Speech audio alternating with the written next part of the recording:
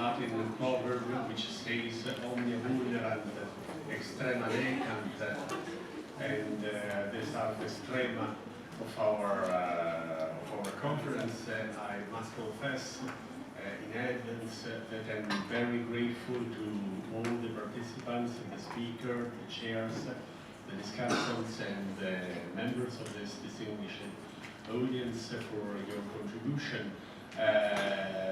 While planning this conference, Niall, Virginia, and Guy were wondering about the possibility to keep the discussion alive, and on the contrary, as all we have seen, the discussion is very vivid and very vibrant, and this is the first great success that we can consider achieved in this day. To start a discussion between all of us about the next steps for policymaker and for the international cooperation agenda, we asked to introduce our debate two of our guests and friends here, Jan Fiegel, Special Envoy for Promotion of Freedom of Religion and Belief outside the European Union, Special Envoy of the President of the European Commission, and Farid Daoud, that is the President of the Adyan Foundation for Diversity, Solidarity and Human Dignity in Lebanon, that is one of the institutions that has promoted and arranged the program and the invitation that have involved all of you and all of us. And so I think we can ask to you to start our final roundtable, and then I'll let all those who would like to contribute to this final debate to add your visions and opinions, and then we'll try to add just a few words before saying to you arrivederci. Yeah. Thank you, Alberto. So I must say that I'm pleased by this event. Before it happened, I didn't know what kind of feeling I will have at the end, but I'm encouraged, especially that you devoted your time, your energy, your talents to this meeting, and then also with full openness, I must say that there is appetite for more, for kind of continuity and action. On one side, we have programs which are global and local. Some numbers have been mentioned by Stefano Manservisi, and we all know about the need of, as Alberto Leoni says, a religious climate change, because the situation is very dramatic and trends are worrying. So either we turn it around or consequences will be much more difficult to embody, as we know them today. On the other side, a lot has happened in the previous years. I don't want to start with myself, but I was part of these changes, and I can say that, for example, in the current European Parliament, there was the first intergroup ever on religious freedom. We have adopted in recent years guidelines how to promote freedom of religion or belief outside as a community of 28 countries. There is an international contact group since 2015 where diplomats meet informally and share information, many times discreet, and also actions in the world. We are preparing for the next ministerial meeting in Washington, which will follow the first one on advancing religious freedom worldwide. And there is International Parliamentarians Platform for in the world, which was not the case before 2014. And we've seen a lot of initiatives, commitments, very strong. Some of them mentioned here: Marrakesh Declaration, Beirut Declaration on Faith for Rights. I very much welcome, for example, last year's commitment of intellectual scholars, imams from Pakistan, Pakistan, in the country which is so troubled by blasphemy laws from decades. this was an attempt to say we shouldn't be pessimistic, but rather contribute and lead some of actions in coming time. Budire is a good name, and we need to see it in a vision. So, for me, here this special composition of people from religious sphere, from political sphere, from academia is added value. And it's a community oriented towards peace, justice for all, human dignity for all, and it means sustainable development goals as well. I learned a lot also from the messages on history, and it's possible, I'm sure, to turn not only history but our commitment from describing religious conflicts or abuse of religions into religious peace, or religious actors as peacemakers. European Union is a good example. It was described quite fairly here. I made a note about the importance of to see people more sacred than holy places. People are bearers of human dignity. Common good missing in politics, and common good is inclusive, is good for all, for majorities and minorities. It's a win-win strategy. And I think that we need to continue in structured dialogue and action. And more than discussions, we must help people in need than just describe their needs. This is our human obligation. So 3 points: why, what, and how. Why joint action is needed? Some figures have been mentioned, some not, but we live in a very dramatic times, actually. 65 million people forced in IDPs, 250 million people on move, or migrants in the world. Peace in the world is always fruit of justice, and core of justice is defined by human rights for all. And base of human rights, foundational principle of human rights is human dignity. So here we are at human dignity, and on the other side, freedom of religion or belief is a litmus test of all human rights. If FORP is missing, other rights are missing as well. I can tell you the countries of it. You can look into realities. So FORP is important for human rights for justice, and justice for peace. Freedom of religion or belief is really under growing pressure, and the realities are either intolerance or discrimination or even persecution on a daily basis. And sometime and somewhere even genocide, which is crime of crimes. I'm nominated on this position because there was a genocide in the Middle East committed by ISIS terrorists.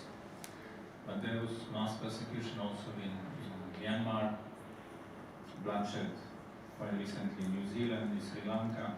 There is bloodshed in Nigeria, in Burkina Faso, many countries and places. So, and of course there is long-term conflict between Israel and Palestine. Somebody mentioned yesterday, 70% of conflicts are in Islamic countries or societies. Shia-Sunni divide is deepening. So my comment is, please do not repeat European tragedies of the past. There were many divisions, many genocidal periods in European history. And today we can, and we are here to share European lessons, European reconciliation. It is possible, it's working. You can see realities. This is not perfect, but real. And I don't accept, or I refused, which was the case many decades ago, to think about or to reflect or accept the clash of civilizations as a policy, a principle or tendency. But there is a clash which you can see or witness. It's clash of ignorances. If we don't know and we don't care, if we ignore, and this could lead to major tragedies and problems. So against this clash we need cooperation, and cooperation brings trust. There is now understanding that SDGs, as Sustainable Development Goals, cannot be achieved without contribution of faith-based organization. So this is additional reason why we are together and why we need such fora to go on and to deliver. So what to do? I'm sure the change is possible and that positive change is necessary, because changes are also negative sometimes if you don't care. And 21st century can and should be century of hope, not just century of continuity or additional genocide or conflicts. For that to happen, we need team working and networking. And we did it today and yesterday here. I think it's kind of team working and networking. We need to go on in that. One of the needs is to work on religious literacy, because if we are keen only on digital literacy, I must remind all that terrorists are also very skilled in using technologies. Criminals use all modern technologies. So what we need is religious literacy, understanding of the others, of human dignity, and using modern technologies for building better, essentially, better world. Culture of dialogue should be renewed. Because with such culture, we can build shared spaces. This was the notion at the beginning. Shared space between religion and human rights, between religion and justice, because human rights is expression for justice in society. We need more than declarations, implementation of these good ideas and declarations which were adopted in recent years. Mentioned already, Beirut Declaration, Faithful Rights, Marrakech, Amman Message, Abu Dhabi Declaration on Human Fraternity and Peaceful Coexistence, Punta del Este Declaration on human dignity for everyone, everywhere. This is one of the last pieces I have still. If you want to get it or to read it, it's on the internet, www.dignityforeveryone.org. dignityforeveryonetogether.org. I said at the beginning of this conference, and I think that this is the most important message from such academic circles, that the ethical principle of equality in dignity, we are all equal in dignity, should be mirrored in political principle of equal citizenship. Equal dignity, equal citizenship. The one is given, the other one is limitation and responsibility of those who have influence, policymakers, statesmen. I advise, and I do also, speak more about communities and mosaic than majorities and minorities. Numbers are not the most important in life. And when we speak about mosaic, I learned in Egypt that they decided officially not to speak about minorities, but a nation, society, country, oneness, one Egypt. In Iraq they use social component instead of minority. So let's use language which is not divisive but inclusive. Communities, bigger, smaller, different, of course, but communities. Unity in diversity. We need to learn how to live in diversity instead of exist only. Existence is not much, but life in diversity full responsibility with understanding of equal citizenship is important. And then we will get to acceptance, which is more than tolerance of the others. Brothers should accept brotherhood, not tolerate brotherhood.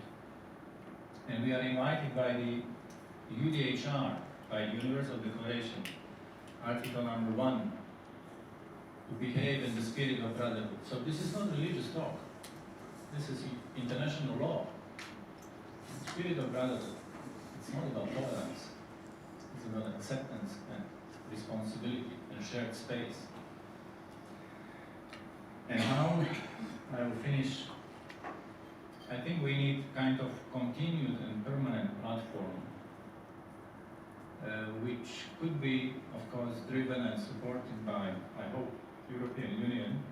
I don't want to raise empty expectations, but work on such commitment, European Union, with maybe, hopefully, the United Nations Office of High Commissioner for Human Rights, Geneva, and partners which are governmental, intergovernmental, or non-governmental, like OSCE and Bologna Foundation and Adyan and others. I think with such platform, we need to move out of Brussels. Of course, this is not the whole world, this is not the center of the world, but meeting place and of course European headquarters, to places where difficult and different situations are evolving, like in Nigeria, in Lebanon, or Egypt, or Iraq, Senegal, Indonesia, Malaysia, Pakistan, and to organize local or regional seminars with experts, scholars, and religious and political leaders on freedom of religion or belief, human dignity, and religions.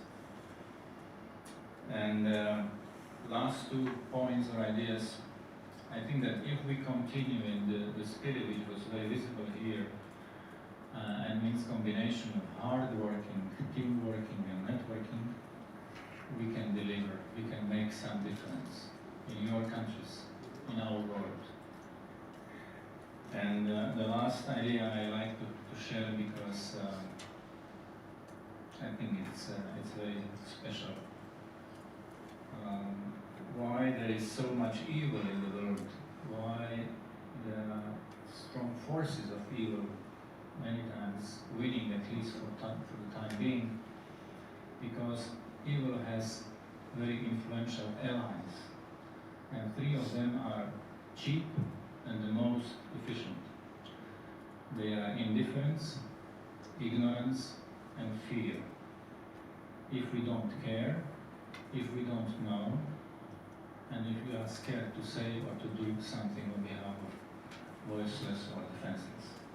So in order to overcome these allies of evil, we need some allies of goodness.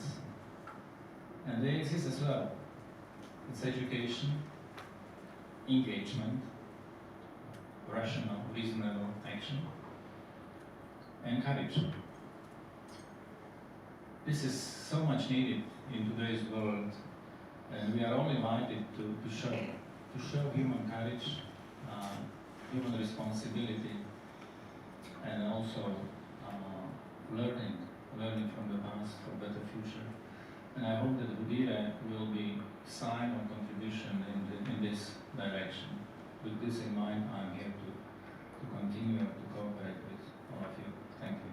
Thank you very much.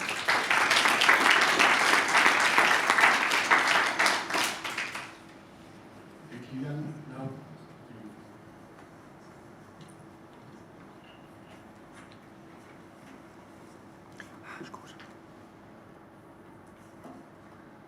with this very powerful and, I would say, spiritual message that Adyan ended with, it's difficult to come back to more critical, maybe reflection, but let me do my job also and continue this reflection while we are closing this seminar.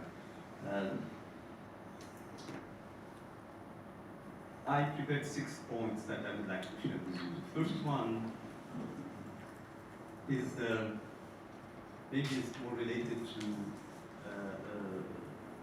the evil part of the conclusion of Jan. I think we live in challenging moments. We are witnessing everywhere in the world increasing of a paradox. I would call it, I would name it like this, of humanist populism versus, or sometimes allied to, liberal authoritarians. Allow me to use these expressions because the danger of populism and populist politics is not only when it is obviously populist. Sometimes some populists gain in power and influence while pretending that they are defending some humanistic views. And on the opposite side, and I'm speaking with my Middle Eastern background, I would say it's terrible also to be faced to authoritarian regimes pretending, promoting liberal values. So I think we live in a very strange moment in our history, and very challenging one. And we need to take it into account. We need to break some naivete, where we tend sometimes as scholars, as space-based activists, as theologians, we tend to give maybe too fast some credit to realities, whereas sometimes these realities can be serving evil, in fact, more than helping us in our mission. So, starting from this point is to say that I think the way is, because the title of this final session is The Way Forward. So the way is still very long, and not an easy one, definitely. And lots of people are suffering, not only those who are being the victims of lack of respect of human dignity or lack of freedom of religion and belief, but also lots of people are suffering while they are defending and working for these values. And I think some of our fellows here in this room, are paying the price of being, the defenders of and working for human dignity for all and religious freedom and belief for all. So let's maybe start by this acknowledgement that the way is still long before us, and it's not the easy one.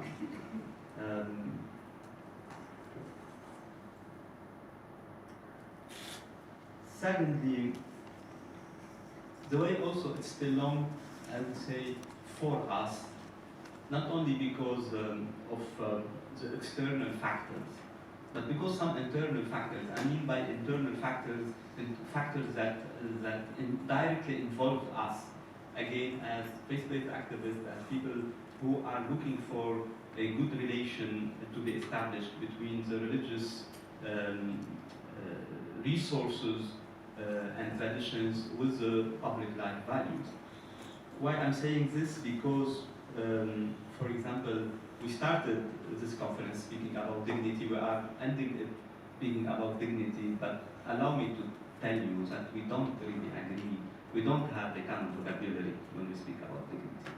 And sometimes I learned with experience to become less maybe radical or enthusiastic when I was in my young age.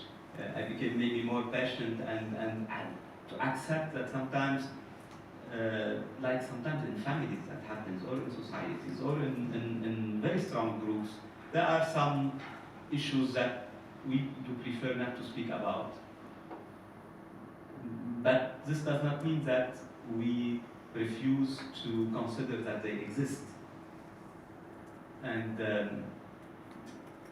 I'm raising this to say that there is no common understanding and common definition of dignity and human dignity as a universal value it's not so much clear and so much shared and so much endorsed.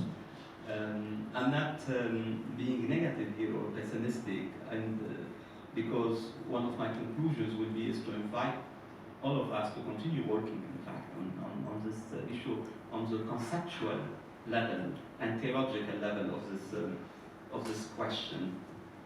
So there is a kind of ambiguity of vocabulary, and not only vocabulary, ambiguity of this conceptual framework or value-based framework that is not really clear. So the baseline is weaker than we think it is, or than we would like to consider it is. And we need also to take this into account. We stand on not a very stable ground. But this is to our account. This is the courage, in fact, one of the allies of the goodwill, and the common good. We need courage, and I think all the people here in this room and many others are so courageous, knowing this weak baseline, knowing that we are on unstable ground, but also fully committed and strongly committed to work for this cause and these universal values. But this is why I think we need to strengthen our collaboration. We need to strengthen our communication. I'm trying to add some words to the beautiful words that Adyan shared, hardworking, teamworking, and networking. So let me say them in my language, so it's also collaboration and communication and common engagement together. So we need to strengthen this, because the ground on which we stand is weak, and the road that we want to take is long and difficult. My third point is, because the question is about policymakers, so how to take this to the policymakers and to involve more the policymakers. I think we need to continue this collaboration, this cooperation, and to make it a common agenda, to have an agenda that is shared among all of us, to have a common agenda with priorities of this agenda, with the kind of strategy, we say.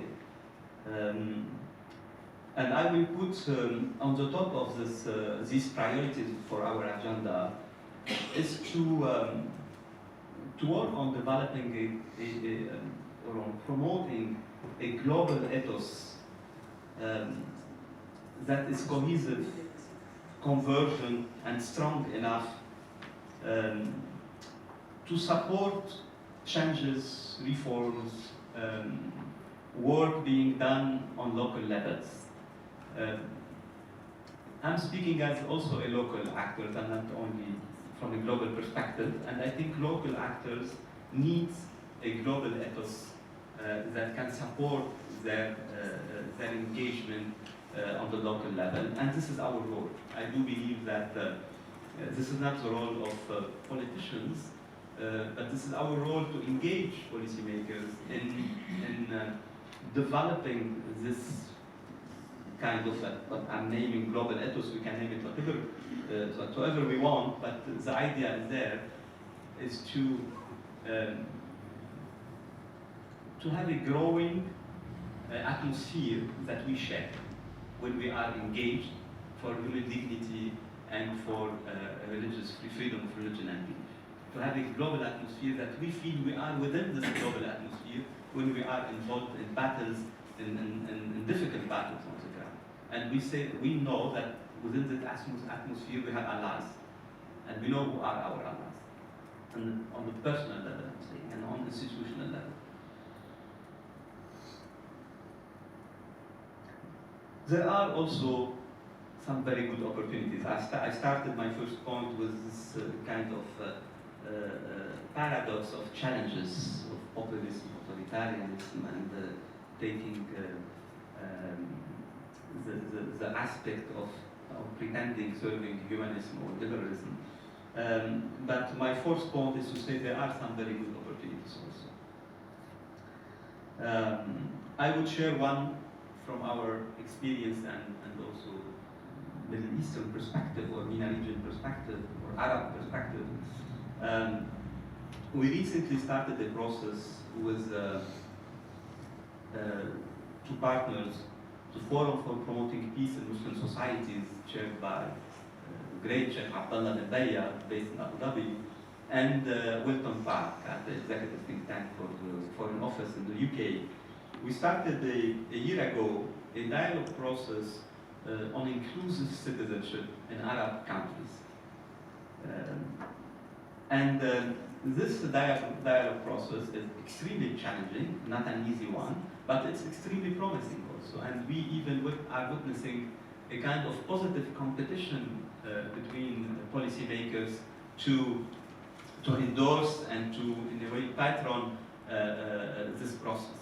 So speaking about inclusive citizenship, Jan said that equal dignity requires or should lead to equal citizenship. So I think that equal citizenship, we express it in our language by using the inclusive citizenship concept to say that it is equal, but it's also positively inclusive. And it's a shared space for common collaboration and contribution, where in this shared space, minority and majority will lose this negative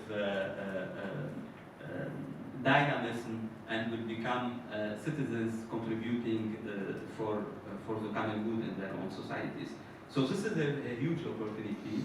I do believe that this process, and I do believe also that this process will lead for something beautiful for the Arab countries in the coming month or year. We will keep you informed and hopefully involved at a certain stage in this process.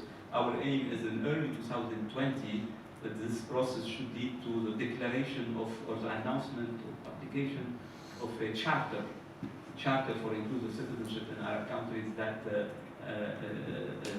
has the most influential and important support and endorsement from policymakers and from faith-based leaders, religious leaders. Another sign of hope, I would like also to share with you, it's a small experience that we had at Adyan Foundation recently. We started an initiative in 2017, more in the media, online media field. We launched, in fact, an online platform to promote pluralism in Arab society. So it's a platform in Arabic language and that targets Arab societies and Arab speakers. It's called Ta'addudiyya, the Arab word for pluralism. When we launched the project, I asked our team to set as an objective to reach 1 million person in 1 year in this platform. It was in 2017, and by the end of the first year, the team was very happy to report on the success of their work, because the reach was 21 million. And the whole content of this platform, I invite you to have a look on it. It's highly critical thinking content, written content, but also audiovisual content that is highly engaging also, as what we used to call now PVE or CVE, I mean, challenging and facing all extremist and sectarian thoughts in our region. So when we have this level of engagement, and most of them from young population in Arab societies, I see that this is the real Arab Spring for me. It's not the political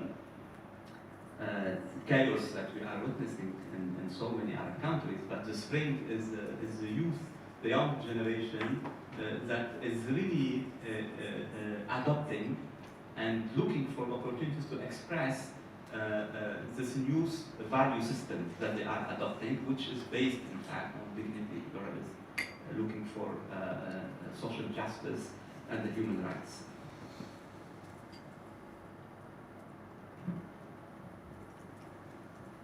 So, I am now reaching my conclusion, and the last point is to say, and in fact, thank you, Jan, because in my notes I put evil, but I said, I mean, in such a beautiful assembly, I should not use this word. So you used it, so I can too. Recently, I was based on an experience in the Middle Eastern context. I tweeted saying that, in fact, politics is to treat with evil, courageously treat with evil for the common good of humanity. And in a way, maybe this is a sign that I'm becoming older, is that life is less a dichotomic reality between the good and evil. And serving the common good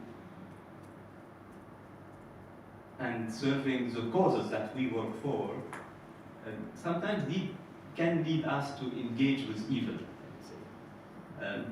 So when I say to engage with evil, I mean to engage with authorities and with narratives and with structure, social structure even, that we know they are producing very negative results in our societies and sufferings in our societies, but to find ways to engage them on the common good agenda and on the human rights agenda.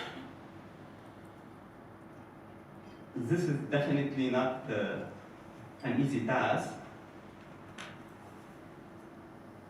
but I do believe that taking the example of our meeting here, our seminar, that they are knowledgeable people, courageous people enough, and with goodwill to be able to assume this task. This task of not only staying in this room that we agree, we don't agree on everything, but at least that we have a common baseline that allows us to feel that we are in a positive alliance, let's say. It's to go beyond and to engage those who are in other rooms, who have other agendas and conflicting interests with ours. I think we can do it, we should do it, for the ensuring human dignity for all and human rights for all. And reaching this point, I also would like to express my gratitude to those who made this seminar possible and invited us to gather all together here, and to thank the organizers, the Foundation for Religious Studies and the UNESCO Chair and Religious Pluralism and Peace, to thank very much Professor Alberto Meloni and all the team who worked very hard to organize the seminar with the support of the EU, and I think this is also something that we can build on it, is to engage institutions, European institutions and other civil and political institutions on such tracks.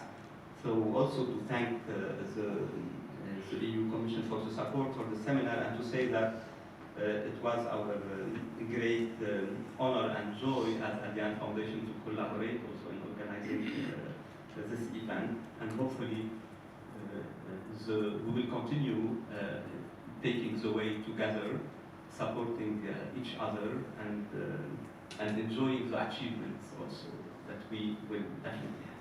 Thank you.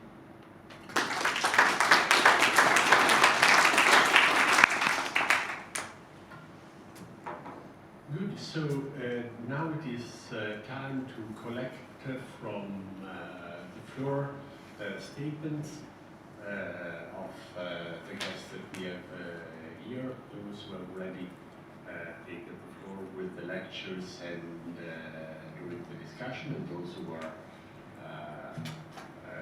here, and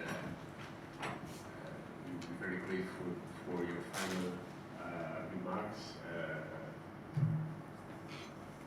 There is another lecture to give? No. Just for the sake of dialogue, may I like to comment a bit on this dignity and inclusivity. yes, we don't have a precise definition of dignity, but it's good to discuss it and to seek the understanding of what dignity means, because in Christian tradition it's done or expressed by Imago Dei, it's Jewish, kabot. Karama in Quran speaks about the dignity of man. And I don't want to speak much, just there are different sources aiming towards the same expression or understanding. In Buddhism even, there is understanding that dignity is rooted in the idea that we are able to choose the path of self-perfection. If you open Constitution of India, there was a man from India, the preamble, dignity mentioned, the largest democracy in the world. I quoted yesterday Charter of Fundamental Rights, first value, first article, first chapter, human dignity, it's a secular document.